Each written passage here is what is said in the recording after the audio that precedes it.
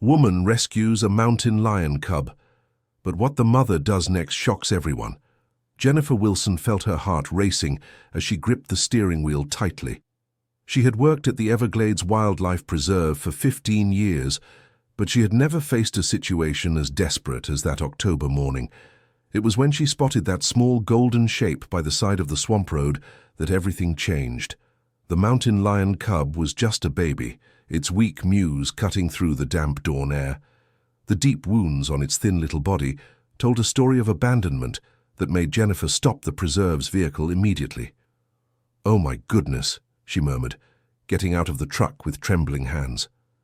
The animal was malnourished, its golden eyes half closed from weakness. Jennifer knew exactly what that meant. Against all the protocols she had religiously followed throughout her career, she reached out and picked up the cub. "It's going to be okay, little one," she whispered, feeling her heart break as she realized how little it weighed. The trip back to the preserve's headquarters was a race against time. Jennifer drove with one hand, the other supporting the cub as it struggled to breathe. Her thoughts flew to Dr. Margaret Reynolds, her boss of more than 10 years, a strict woman who never tolerated any infractions of the preserve's rules. When she arrived at the preserve's veterinary clinic, Jennifer rushed to prepare an incubator. Her experienced hands worked quickly, but she knew she was breaking the most sacred rule of the place. Do not interfere with the natural course of wildlife. "Jennifer, what do you think you are doing?" Dr. Reynolds' sharp voice echoed through the clinic. Jennifer turned, still holding the cub. Dr. Margaret Reynolds was in the doorway, her grey hair pulled back in a severe bun, her brown eyes blazing with anger. "Doctor, I found him on the road. He's almost—" Jennifer swallowed the word she couldn't say. "He's in very bad shape." "And since when does that authorize us to break protocols?" Margaret approached, her voice cold as ice. "You know very well we cannot interfere. It's the #1 rule of this preserve." "But he's just a baby." Jennifer hugged the cub tighter. "He can't be more than 2 months old." "That doesn't matter, Jennifer. You've worked here long enough to know that." The cub let out a weak, almost inaudible mew. Jennifer felt tears burning her eyes. 15 years dedicated to that work, 15 years seeing nature in its purest state, and now she couldn't just let that helpless creature suffer. Dear listener, if you are enjoying the story, please take a moment to like and especially subscribe to the channel. It really helps us who are just starting out. Now continuing. "Dr. Reynolds, please, just this once. Let me try to save him," Jennifer begged, her voice choked. "Absolutely not. I want you to return him exactly where you found him. Now. He will suffer. That's nature, Jennifer." Margaret slapped her hand on the table. "We are not God to decide who lives or who—" She hesitated. "Who doesn't live. That is an order. If you disobey, I will consider it grounds for immediate suspension." Jennifer looked at the cub in her arms. Its little golden eyes stared at her with a trust that broke her heart. How could she abandon it now?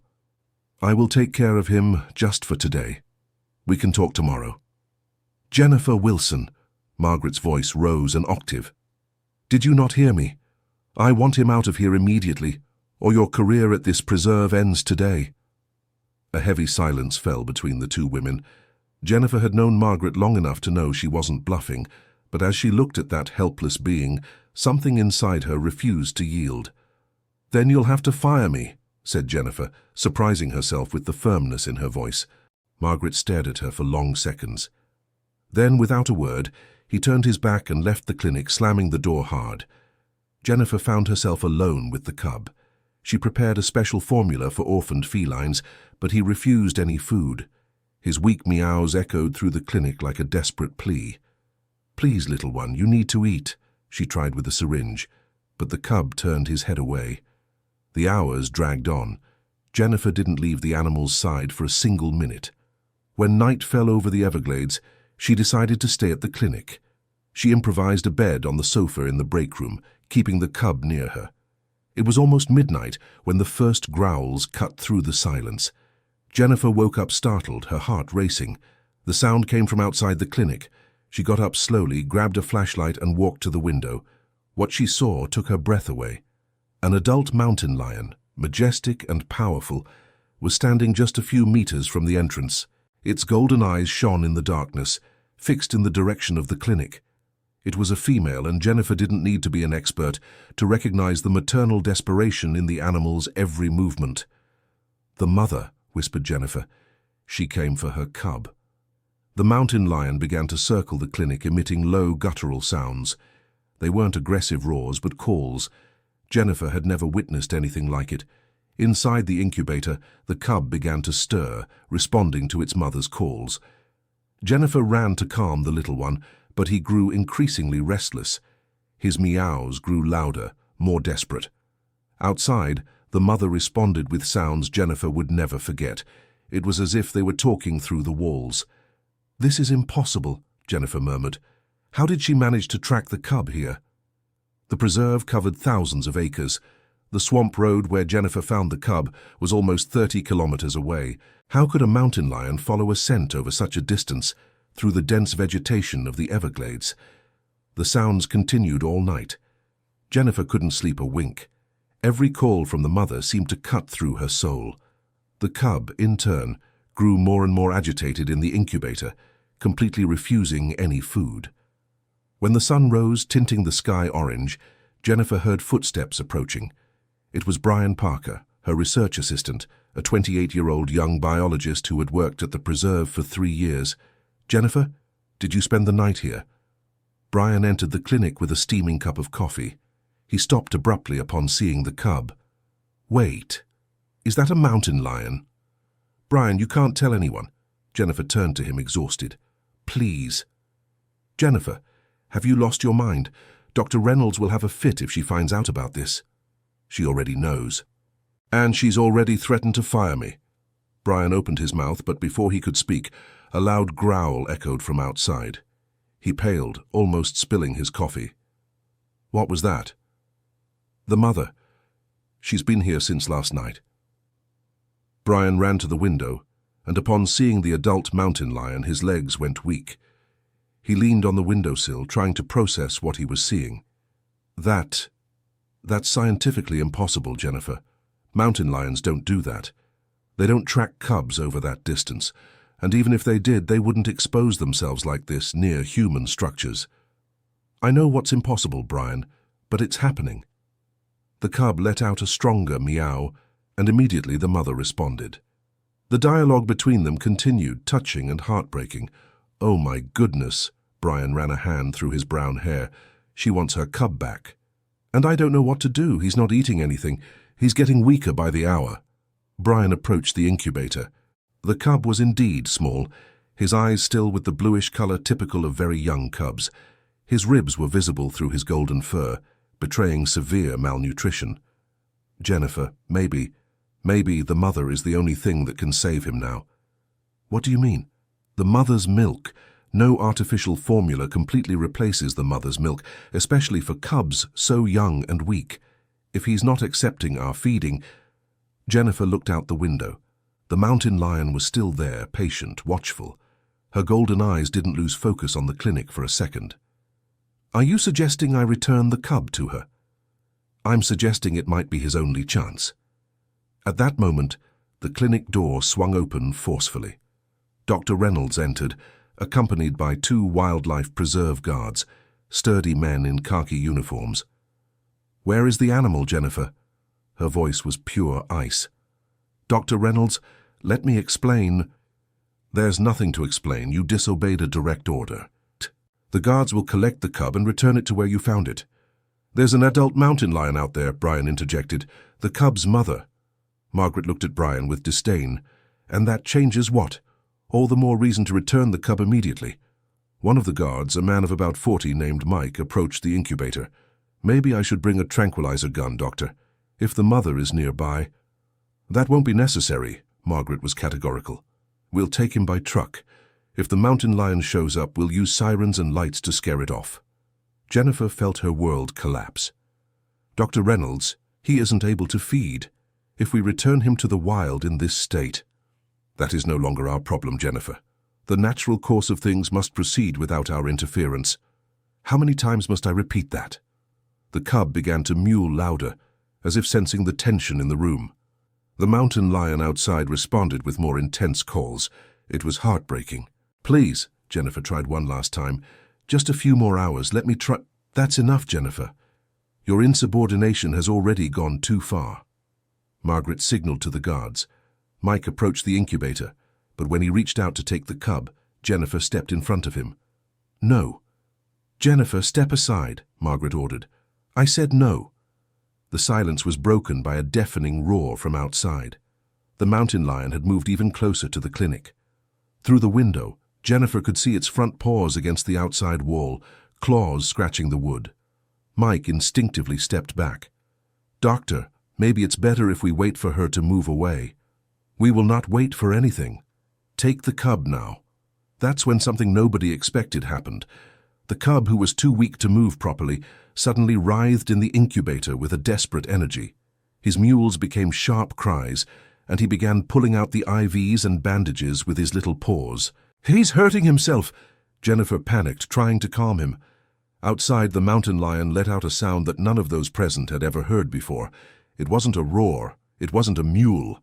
It was something between the two, primitive and heart-wrenching, a sound of pure maternal pain. "What's happening?" Brian was pale. Jennifer looked from the cub to the window, a painful understanding taking shape in her mind. "They're communicating. The cub is responding to the mother's calls, but he's trapped in here, he's panicking."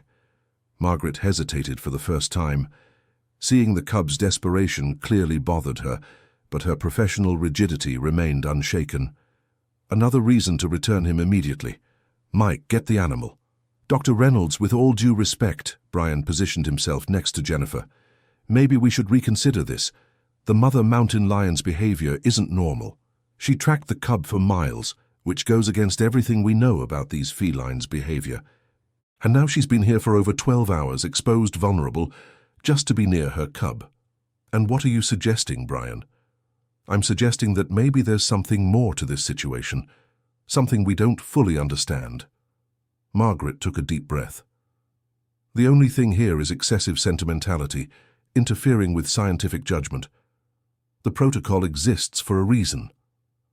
She made another signal to Mike. This time, the guard stepped forward with determination. Jennifer tried to stop him, but Brian held her by the shoulders. "Jennifer, let them take it. Maybe it really is what's best for the cub." "No, he'll suffer." Mike picked up the cub carefully, but firmly. The little one let out a heart-wrenching cry, and the mother's response was immediate and furious. The sound she made sent chills down everyone's spines. "Let's hurry," Margaret ordered. The group left the clinic. The preserve's truck was parked a few meters away, and Jennifer could see the adult mountain lion standing behind a nearby tree. When she saw the humans coming out with her cub, she slowly approached, each step calculated but determined. Mike quickened his pace. "She's coming this way." "Keep calm," Margaret instructed. "Don't make any sudden movements." But when they reached the truck, and Mike tried to open the back door while holding the cub, the mountain lion advanced a few steps. It wasn't an aggressive, attacking posture, but rather a protective one. She wanted her child back. "Mike, get in the vehicle quickly," Margaret ordered. "Dr. Reynolds," Jennifer still tried to intervene. "Look at her. See her condition. It was true." Now that the mountain lion was closer, everyone could see that she was limping severely on her right hind leg. With every step, a small spot of blood was left on the ground. "She's injured," Brian observed. "All the more reason to keep our distance," Margaret retorted. Mike managed to get into the truck with the cub. Jennifer felt tears stream down her face as she heard the desperate cries of the little one through the vehicle's window. The mountain lion positioned herself in front of the truck, blocking the way. Her golden eyes stared at the vehicle with an intensity that made Mike hesitate before starting the engine. "Turn on the siren," Margaret ordered. The high-pitched sound filled the air, but the mountain lion didn't move. She just lowered her head, as if bowing before an unbearable pain. "The lights!" Margaret shouted over the noise. The emergency lights started flashing, but still the mountain lion remained motionless. It was as if she would rather die there than let her cub be taken away again. It was Jennifer who made the decision that would change everything. She approached the truck and knocked on the driver's window.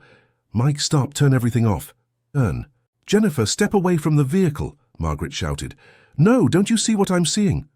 Jennifer turned to the group, tears blurring her vision. Look at her.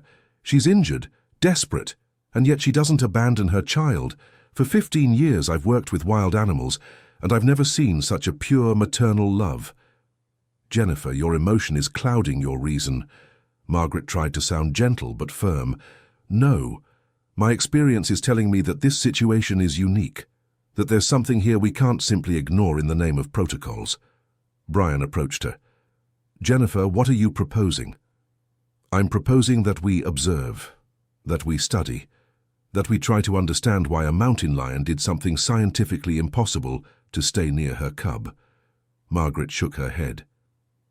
This is madness. It's science, Jennifer retorted. It's a chance to learn something new about these animals. The mountain lion remained standing in front of the truck. The cub had stopped crying as if it knew its mother was close. A strange silence fell over the scene.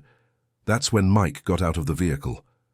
Dr. Reynolds, with all due respect, I can't do this. Look at her. She's not going to attack anyone. She just wants her child back.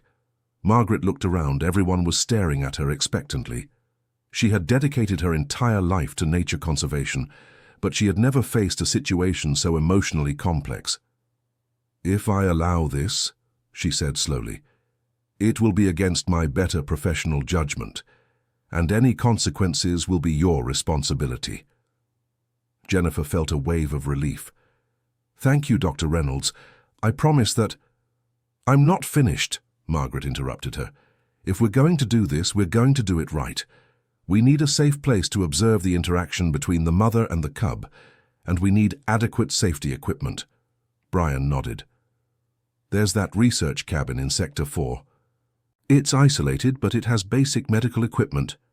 And how are we going to transport the adult mountain lion? Mike asked, a valid concern. Jennifer thought quickly. She followed the cub here.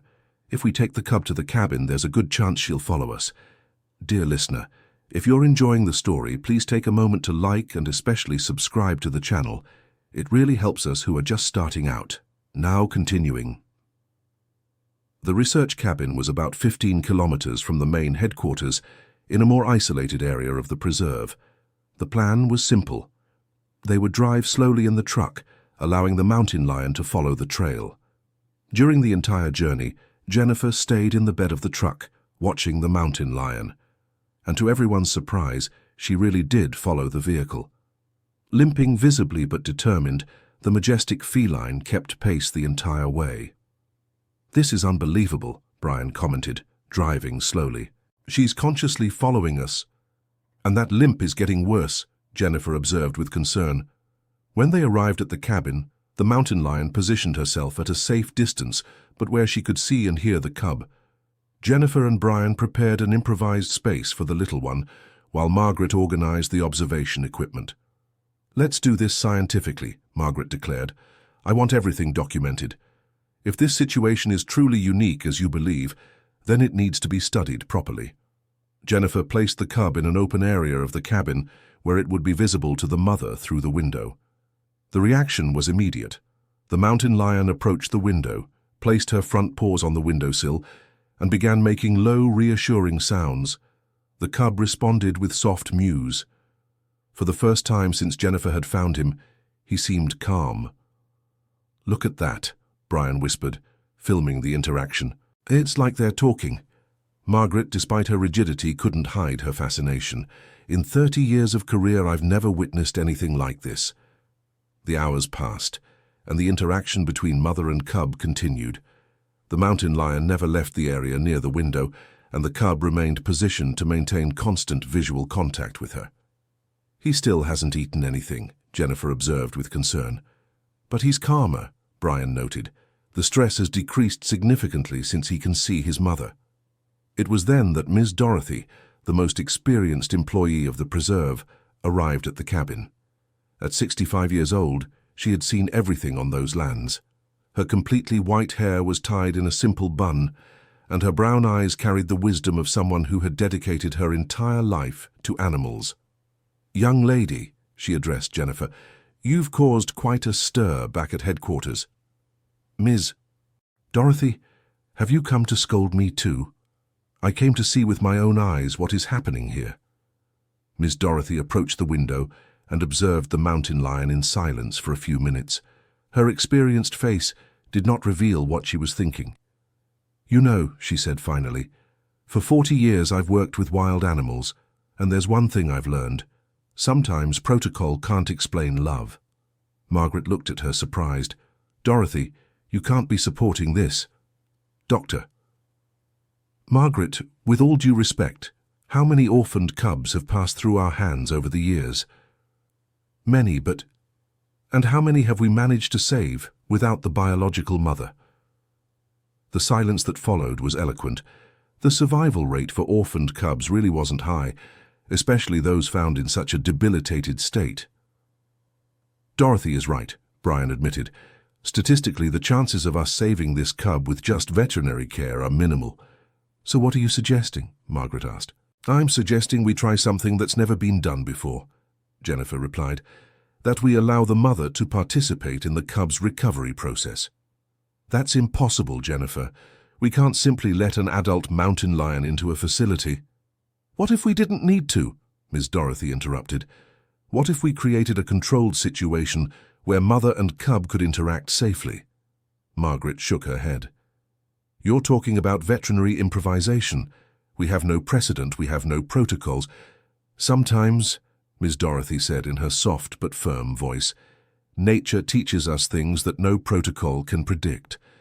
Jennifer watched the mountain lion through the window. The animal had lain down near the cabin, but its eyes remained alert, constantly watching the cub. The dedication was moving. Dr. Reynolds, can I show you something? Jennifer picked up a pair of binoculars. Look at the mountain lion's right hind paw.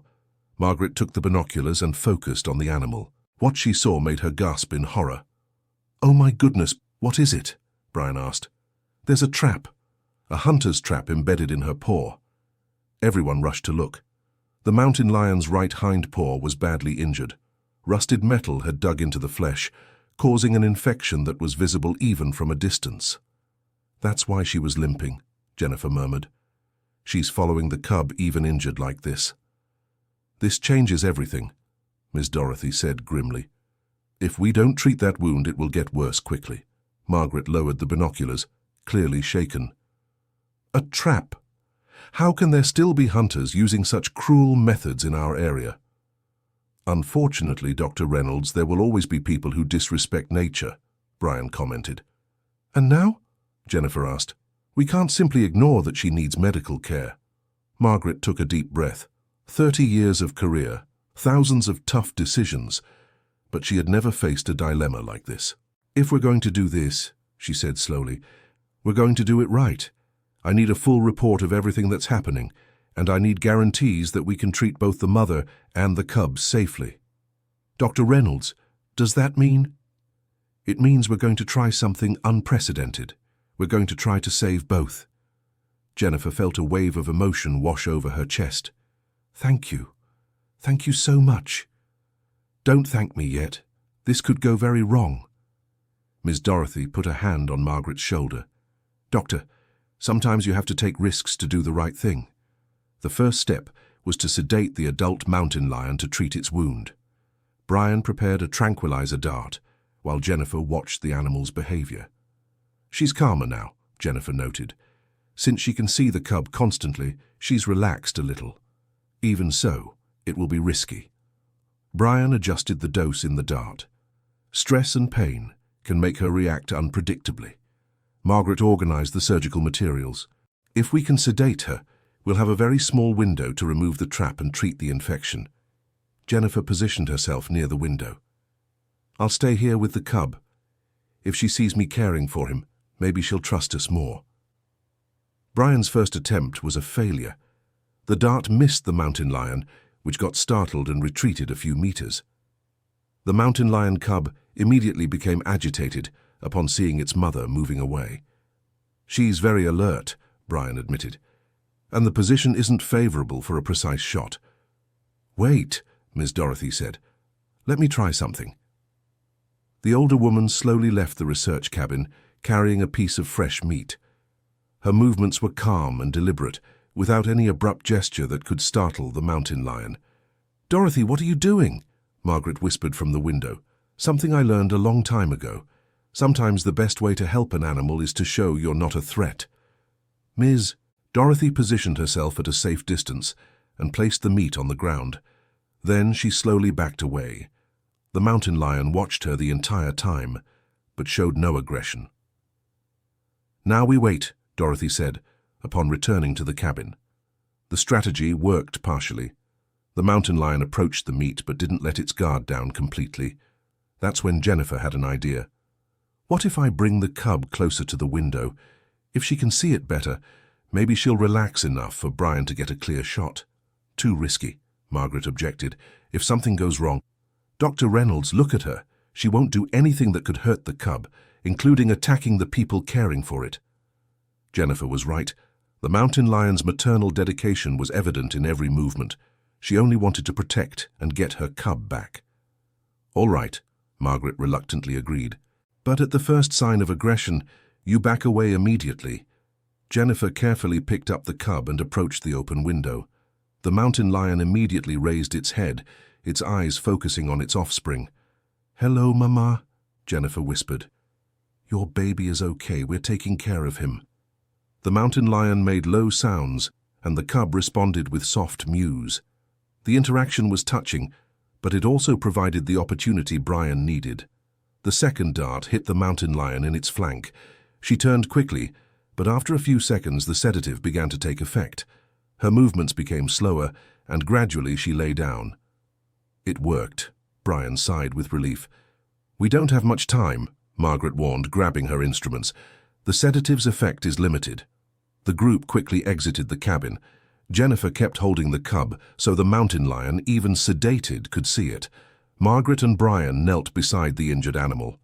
Up close, the wound was even more severe than they had imagined.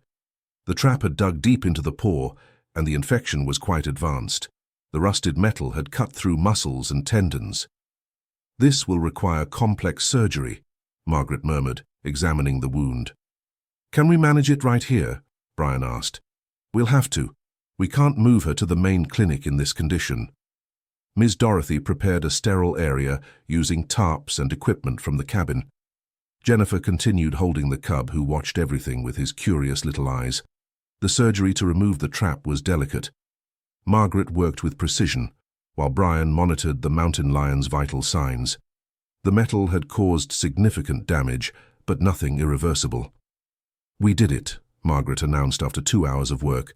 "The trap has been completely removed, and I've cleaned all visible infection." "Will she be okay?" Jennifer asked. "She'll need antibiotics and rest, but yes, with proper care she should make a full recovery." As the sedative wore off, the mountain lion began to wake up slowly. Her golden eyes gradually opened, first focusing on the cub in Jennifer's arms, then on the bandage on her paw. "Now comes the hardest part," Brian observed. "How will she react when she's fully awake?" The answer came surprisingly. The mountain lion, still groggy from the sedative, stretched its front paw toward Jennifer. It wasn't an aggressive movement, but rather grateful. "She's trying to touch me," Jennifer whispered, moved. "That's impossible," Margaret murmured. "Mountain lions don't do that. Not with humans." But it was happening right before everyone's eyes. The majestic feline, still recovering from the anesthesia, was extending its paw as if it wanted to touch the hand of the woman who had saved its cub and had now also saved her. Jennifer, with extreme care, allowed the mountain lion's paw to touch her free hand. The contact lasted only a few seconds, but it was a moment none of those present would ever forget. "Are you all seeing this?" Brian whispered, filming the scene with a camera from the preserve. "I'm seeing it, but I'm not believing it," Ms. Dorothy replied, tears in her eyes. The cub, realizing its mother was nearby and awake, began to meow more loudly. The mountain lion responded with soft, reassuring sounds. It was as if she was saying that she was okay, that she was there. "Jennifer," Margaret said softly, "it's time to try to reunite mother and son." This was the most risky moment of all. Jennifer slowly approached the mountain lion, still carrying the cub. The mother watched her carefully, but without showing any sign of aggression. When Jennifer knelt beside the mountain lion and placed the cub on the ground near its mother, something magical happened. The mountain lion immediately began to lick her cub, checking that he was okay. The little one snuggled against its mother's warm body, finally safe. "Look at the cub's vital signs." Brian observed the portable monitor they had connected to the little one. "They're stabilizing quickly." It was true. For the first time since Jennifer had found him, the cub seemed truly at peace. His breathing became more regular, and he finally began to nurse. "The mother's milk," Jennifer murmured. "That's what he needed all along." The following hours were spent in careful observation. The mountain lion didn't move an inch away from her cub, but she also didn't show any hostility towards the humans who had helped them. It was as if she understood that they were allies. "I need to document all of this properly," Margaret said, taking detailed notes. "This behavior challenges everything we know about mountain lions." "Perhaps," Ms. Dorothy suggested, "it's because a mother's love transcends the barriers between species. She recognizes that you saved her child." During the night, Jennifer remained in the cabin to monitor the pair. The mountain lion was asleep, but even in sleep she kept a protective paw over her cub. It was an image that touched the heart deeply. Dear listener, if you're enjoying the story, please take a moment to like and especially subscribe to the channel. It helps us a lot as we're just starting out. Now continuing. The next day, unexpected visitors arrived at the preserve. Dr. Richard Thompson, a renowned biologist from New York City, had heard about the situation through Brian, who had shared some videos with colleagues from the university. "I need to see this with my own eyes," Dr. Thompson said to Margaret. "If what I'm hearing is true, it could revolutionize our understanding of these felines' behavior." Accompanied by a small team of researchers, Dr. Thompson arrived at the cabin where Jennifer continued to care for the mountain lion and her cub. The scene he found left him speechless. The mountain lion was awake, lying calmly while the cub nursed. Jennifer was sitting a few meters away, taking notes. The most surprising thing was that the mountain lion occasionally looked at Jennifer, not with suspicion, but with what could only be described as recognition. "This is scientifically impossible," Dr. Thompson murmured. "Well, it's happening right in front of you," Jennifer replied with a tired smile. Dr. Thompson slowly approached, following Jennifer's instructions. The mountain lion watched him but did not seem alarmed. It was as if she knew those people were there to help. "In 40 years of my career," Dr. Thompson said, "I have never witnessed such a strong interspecies bond. This mountain lion has developed an inexplicable trust in you." "It's not inexplicable," Ms. Dorothy commented. "It's gratitude. She knows we saved her son's life and hers too." During the following days, more researchers arrived at the preserve. The story of the mountain lion and her cub was spreading quickly in scientific circles. But with fame came problems too. A documentary producer from New York City offered a substantial amount for the rights to film the story. Margaret refused categorically. "These animals are not entertainment," she declared. "They are living beings who have been through trauma and are recovering." Jennifer supported the decision completely, but there was growing pressure from different sources. Zoos wanted to acquire the pair, claiming it would be safer for them. Research institutions offered million-dollar contracts. "What are we going to do?" Jennifer asked during a team meeting. "We are going to do what is right for the animals," Margaret replied firmly. "Not for the money or the fame." But the situation became complicated when they discovered the preserve was facing a severe financial crisis. The state government had drastically cut resources, and the preserve could be closed within 6 months.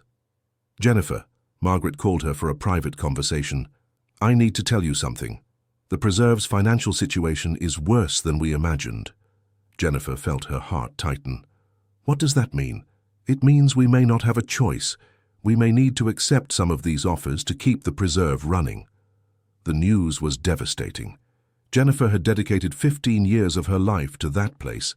The thought of seeing it closed, or worse, seeing the mountain lion and her cub sold to the highest bidder, was unbearable. "Is there any alternative?" Jennifer asked. "I'm trying to find one, but the options are limited." That night, Jennifer sat beside the mountain lion and her cub, who was now much stronger and more active. The little one played with leaves, while the mother watched him fondly. "What will become of you?" Jennifer whispered. As if understanding the worry in Jennifer's voice, the mountain lion lifted her head and looked directly into her eyes. Then she did something extraordinary. She placed her paw on Jennifer's hand. It was at that moment that Jennifer had an idea. A risky idea, but one that could save not only the mountain lion and her cub, but the entire preserve. "What if," she murmured to herself, "what if the mountain lion herself was the solution?" The next day, Jennifer presented her proposal to Margaret and the team. "You want to turn our preserve into a kind of interspecies behavior research center?" Margaret asked. "Exactly. We don't sell the mountain lion and her cub. Instead, we offer controlled access to researchers from all over the world who want to study this unique phenomenon." Brian was excited by the idea. "We could charge research fees, offer specialized courses, attract scientific funding, and maintain the animal's integrity," Jennifer completed. "They continue living here in their natural habitat, but contribute to science in an ethical way." Ms. Dorothy smiled. "Sometimes the best solutions are the simplest ones." Margaret considered the proposal carefully. It was risky, but it had potential, and more importantly, it was the option that best respected the animal's well-being. "Let's try it," she decided. The following months were intense with work. Jennifer coordinated the transformation of part of the preserve into a specialized research center. The mountain lion and her cub became the ambassadors of a new type of conservation based on a deep understanding of animal behavior. Researchers from international universities began to arrive. The findings were astonishing. The mountain lion had developed unique communication methods, not only with her cub, but also with the humans caring for her. "She recognizes each one of us individually," Jennifer explained to a group of visitors.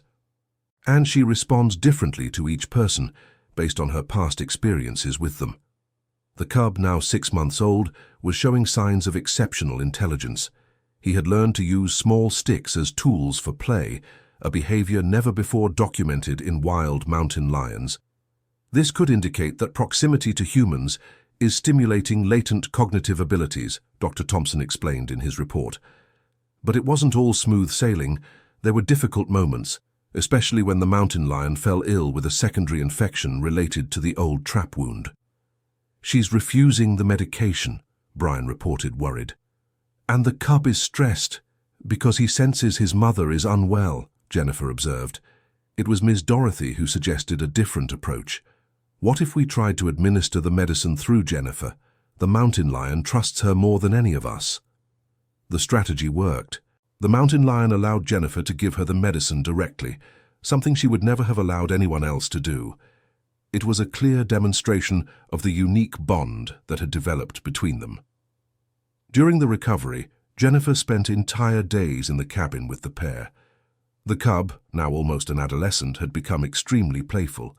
He chased butterflies, played with Jennifer, and even introduced some of his favorite toys to special visitors. "He's socializing in a way that challenges all theories about wild felines," a researcher from England commented. "Perhaps," Jennifer suggested, "it's because he grew up in an environment where humans and mountain lions coexist in harmony. He doesn't see people as threats, but as extended family." The preserve began to thrive financially.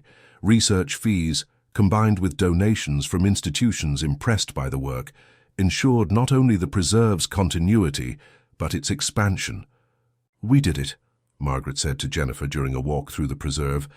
"We didn't just save 2 animals, we changed how the world sees conservation." Jennifer looked toward the area where the mountain lion and her cub lived. They had a large, natural territory, but with the security of veterinary care when needed. It was the best of both worlds. "You know what amazes me the most?" Jennifer remarked. "How she taught us that love has no barriers. Maternal, cross-species, it doesn't matter. When it's genuine, it overcomes any obstacle." 2 years after Jennifer first found the cub on the swamp road, the preserve had become a world reference for behavioral research.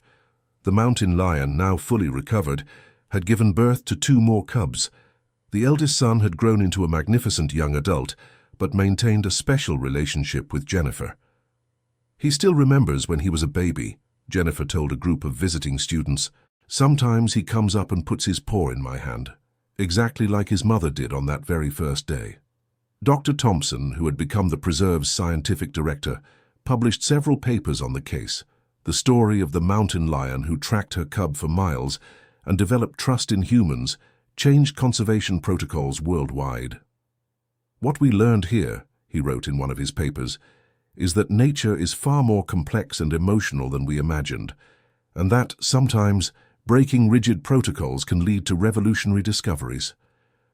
Margaret, initially the most resistant to the idea of breaking protocols, became a passionate advocate for the new approach.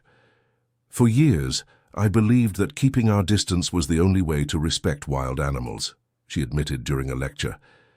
"But this experience taught me that, in specific situations, informed compassion can be more effective than rigid protocol." Jennifer continued working at the preserve, but now as coordinator of the behavioral research program. Her story with the mountain lion had become legendary, inspiring a new generation of conservationists. "People ask me if I wasn't scared that first day," Jennifer said during an interview. "The truth is, I was very scared. Scared of making the wrong decision, scared of causing more suffering. But sometimes, fear is less important than doing what we know is right." Brian had become a recognized expert in interspecies communication, basing his career on the observations made during those first critical days. "What amazes me the most," he said, "is how that situation forced us to question everything we thought we knew, and how in the end it was maternal love that taught us the most important lessons." Ms. Dorothy, at 70 years old, still worked at the preserve, now as a senior consultant. Her wisdom had been fundamental to the project's success. "I've seen a lot in my life," she said to Jennifer during a lunch at the preserve, "but I've never seen anything as beautiful as what happened here. It proves that when we act with our hearts, but without losing our heads, we can work miracles." The original mountain lion, now a mother of 3 cubs, had become the matriarch of a family that defied all scientific conventions. Her cubs grew up in a unique environment, where controlled contact with humans was part of their routine. "They are wild," Jennifer always clarified for visitors, "but wild animals who know human kindness. That makes them different but not domesticated." The impact of the story spread far beyond scientific circles. Books were written, documentaries produced, this time with the team's ethical participation, and the preserve became a model for innovative conservation. But for Jennifer, the most significant moment was still when she sat beside the mountain lion, who now not only allowed her touch, but occasionally rested her head in her lap while the cubs played. "Thank you," Jennifer would whisper in those moments, "for teaching me that sometimes breaking the rules is the rightest thing to do." The mountain lion would look at her with her golden eyes, and Jennifer was sure she understood. Not just the words, but the deep meaning behind them. 5 years after that first meeting on the swamp road, the preserve had expanded to include an education center, a state-of-the-art veterinary hospital, and research programs that attracted scientists from all over the world. "Sometimes I stop and think," Jennifer reflected, "how a 2-minute decision on an October morning changed so many lives." "It wasn't a 2-minute decision," Margaret corrected her. "It was the result of 15 years of dedication that prepared you to make the right choice at the right moment." The mountain lion family had grown. The original matriarch was now a grandmother, and her special lineage continued to challenge scientific concepts about feline behavior. "They keep their wild characteristics completely intact," Dr. Thompson observed, "but they've developed a capacity for discernment about human beings that we've never documented in wild felines." On one especially significant afternoon, Jennifer received a call that would once again change her perspective. It was from a fellow veterinarian in Wyoming reporting a similar situation, an orphaned mountain lion cub and an injured mother. "Jennifer, I've heard about your work. Could you help us?" Jennifer looked out the window of her office, where the original mountain lion rested with her grandchildren playing around her. She had created not just a conservation method, but a philosophy that could spread. Of course, Jennifer replied. Let's share everything we've learned. And so what began as a moment of compassion on a swamp road turned into a revolution in wild feline conservation. The story of the mountain lion who defied science with her maternal love had planted seeds that would continue to grow for generations. Jennifer never doubted her instincts again, and whenever young veterinarians visited the preserve, she shared the most important lesson she had learned. Protocols are important, but they are not more important than life. And sometimes you must have the courage to do what you know is right, even when it seems impossible. The mountain lion, now a respectable 7-year-old lady, remained the heart of the preserve. Her children and grandchildren had spread across different areas of the Everglades, carrying with them the genes of a special lineage and perhaps a genetic memory that not all humans are enemies. She taught us, Jennifer said at the inauguration ceremony for the new research center wing, that true love knows no species, recognizes no protocols, and accepts no impossibilities. She taught us that sometimes the heart sees solutions that the mind cannot see. The audience was moved when the mountain lion herself appeared at the edge of the event area, as if she wanted to join the celebration. She sat down majestically, watching the ceremony with her golden eyes that had already seen so much. And that is why, Jennifer continued, her voice choked with emotion, she is not just a mountain lion. She is a teacher, an ambassador, living proof that when we choose love over fear, we can change the world. The audience applauded, but Jennifer knew the most important applause came from the gentle mews of the mountain lion cubs playing in the background, a symphony of life that only existed because, 5 years earlier, a veterinarian decided to break the rules and follow her heart. End of story. And you, dear listener, what did you think of this touching story? Do you agree that Jennifer made the right decision to save the mountain lion cub, even against protocols? Tell us in the comments which part moved you the most and where you are watching from. Your opinion is very important to us. Don't forget to like and subscribe to the channel so you don't miss other touching stories like this one.